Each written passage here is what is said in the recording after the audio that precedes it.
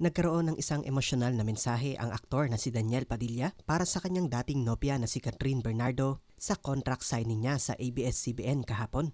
Unang pinasalamatan ni Daniel sa kanyang contract signing ang kanyang pamilya, katrabaho at ang ABS-CBN sa pagtitiwala na ibinigay nito sa kanya bilang isang artista. Pero sa kalagitnaan nga ng kanyang statement ay isiningit ni Daniel Padilla si Catherine Bernardo at ang pinagdaanan nila last year. Although hindi niya naman tinalakay yung breakup mismo, aminado siyang naging mahirap ito pero kailangan daw tanggapin na may mga pangyayari na hindi man ginusto ay bound to happen daw.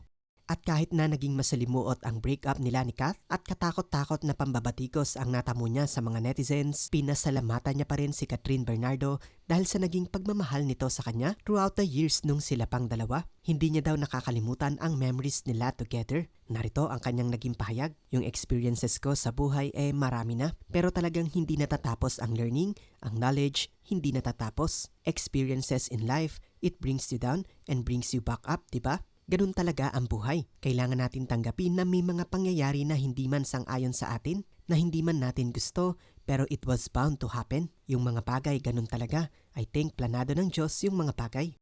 Salamat sa lahat ng Katniel fans, sa lahat ng taon na pagsasama natin, hinding-hindi mawawala sa puso ko. At sa aking memories ang ating masasayang pinagsamahan, Diyos ko, all good memories for me. At walang-walang makakatalo doon sa mga memories na yon. At syempre, di ko pwedeng kalimutan si Catherine. Maraming salamat Catherine sa ating maraming taon na pinagsamahan. Hinding-hindi mawawala sa puso ko, magaganda nating memories at mga ating adventures at journeys na pinagsamahan. Thank you very much.